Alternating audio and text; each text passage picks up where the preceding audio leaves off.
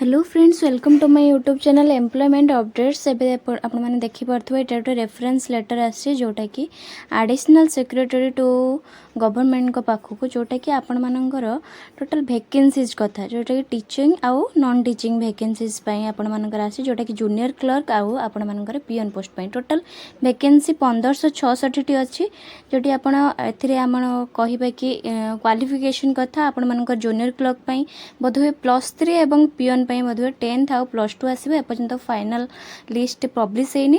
Publish हेले मु आपण माननकु निहाती जणाई देबी। तापर देखि परथि आपण मानकर एज लिमिट टोटल आपण मानकर नुवा एज लिमिट अनुसार 21 रु आपण मानकर 42 पर्यंत आसीबार अछि। कथा जदि कहबा आपण मानकर लेवल 7 ले सैलरी मिली जिवो। एही नोटिफिकेशन आसिया मात्र तुरंत नोटिफिकेशन पाइबा पे आपण माननको ए चैनल टू सब्सक्राइब करियो पड़िबो एवं लाइक शेयर करबा को जमाई भूलबेन। Thank you.